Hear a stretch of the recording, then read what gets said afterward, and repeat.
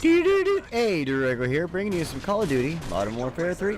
And tonight's game is the greatest game you will ever see on YouTube. Keep your eyes open and keep your eyeballs glued to the screen because, folks, you're about to witness greatness here. You are about to witness the best Call of Duty game you will ever see on YouTube, ever. Just kidding. This will not be that type of video. This game was actually mediocre at best. Has a few highlight reels in it that I'll throw on another video some point. The reason I put this video out is it had a really good kill in it, a kill that I just thought was incredibly good, and I wanted to share that with everybody. So as soon as we get to that kill, I won't, spoil the surprise. As soon as we get there, though, I'll stop what I'm talking about and I'll kind of go off about it and let you guys know that's what's happening. At the same time, it's not like you wouldn't be able to know that that's my favorite kill because I went into slow-mo with it and did a couple of different shots and all this crap. So, yeah, I had a little fun with this video. But anyway, the reason I also wanted to make this video tonight is because a couple of my clan members and a couple of friends have been asking me how I set up my class so I can do my knife-only type of gameplays. So I wanted to show them what I do. I wanted to show you guys, my viewers, what I do, so you can go out there and you can attempt to do it yourself. One thing you can notice firsthand is I use the USP-45, and I have it built up to where I have a tactical knife on it. Without the tactical knife, I probably wouldn't get as many knife-only kills. It's a much quicker knife action than without it. I can be in a full run and instantly stab somebody without having to stop and slow down type of thing. It really increases my speed at which I get a kill with the knife, and it's very helpful when you're trying to do a knife only game. It takes a little while to build up a handgun to use the tactical knife, but it's worth it. So some of the other things in the class that is very important. Assassin Pro, that is one, or well, Assassin, but Assassin Pro is one of the most important things in this class. They don't see you on the UAV, and you're able to hide from the baby monitors and all this other stuff. It really helps you out. Another thing that goes with that class, and I wouldn't play without them together, is Dead Silence. Dead Silence and Assassin, they don't hear me coming up behind them, they don't see me coming up behind them, and here I am stabbing them in the back. So that's the best part about putting those together. One other class that I always keep on is Scavenger. One of the main reasons I do that is because I use throwing knives a lot, and when you toss the throwing knife, you don't have it anymore. Well, with Scavenger, you can run up to the guy you just tossed the knife at, and without having to stop, hold X to get the knife back, you can just instantly run over the bag, pick up a throwing knife, and continue throwing at the next guy. It makes those quick kills with throwing knives a little bit easier and stuff like that, so I definitely recommend that as your initial class setup. In a bare bones match, which Buck Sugar Free got me into tonight, that's going to be your best bet right there.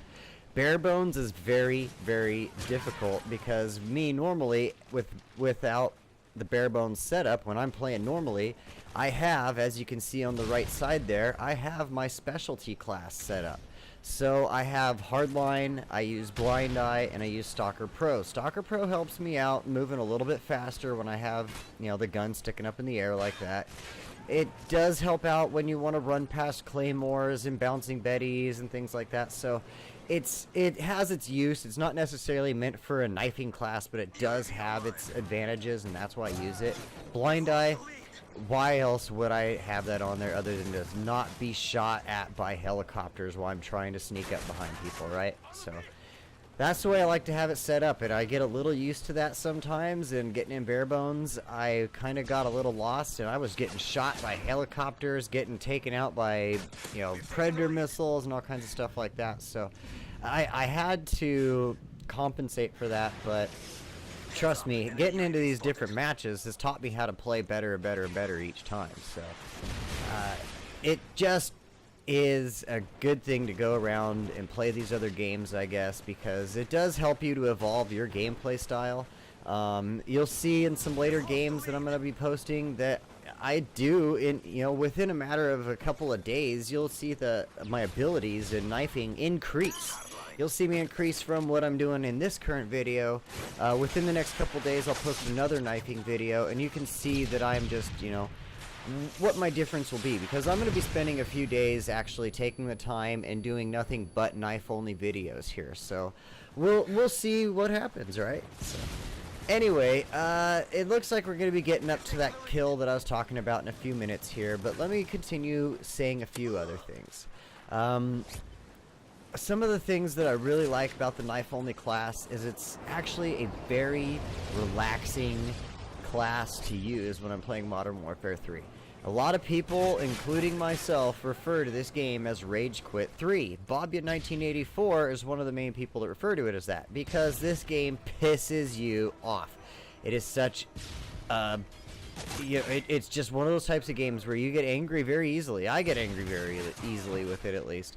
And I'm not the only one. I always hear about people rage quitting. I always hear about people getting pissed off at the lag. I always hear about people getting pissed off at campers and all this other stuff. So, you know, this is the class I use to keep myself calm, to keep myself, my spirits in a better state of mind. There's that kill, by the way. This kill right here was just incredible. The guy's trying to halo jump me, and zip, here I go with the throwing knife right into his gut. And one of my favorite ones that shows it in a second here is, here he goes. He comes jumping down. It's going to be right after this. He comes jumping down, and then it shows him hit the ground, and he like face first into the ground, and scorpions up and everything. It'll be this one right here. So I thought this was incredible. But so anyway, like I was saying, this type of gameplay method for me is very relaxing. When I'm running around, I'm getting nothing with my guns, and I'm doing nothing. I'm running around with LMGs, or I'm running around with the MP7, and I'm just getting nothing,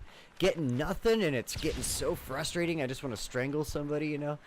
This is what I do. I flip over to this class, I turn it on, and I just run around and I start sticking people in the back. If I die 28,000 times in a game, as long as I got 20 kills, at least, you know, as long as my kill-death ratio was somewhat okay, I'll be alright with it. So, anyway, that's kind of what I like to do my knifing class. If you guys have any other tips or any other advice, go ahead and send it my way, and I'll share that with my viewers and things as well. So, here's the end of the match, folks. I hope you enjoyed that. I hope you enjoyed that cool little knife kill on the guy halo jumping me. You guys have a good night. Remember that Duraggo loves you. Catch me on Xbox Live. Duraggo. Duraggo is out.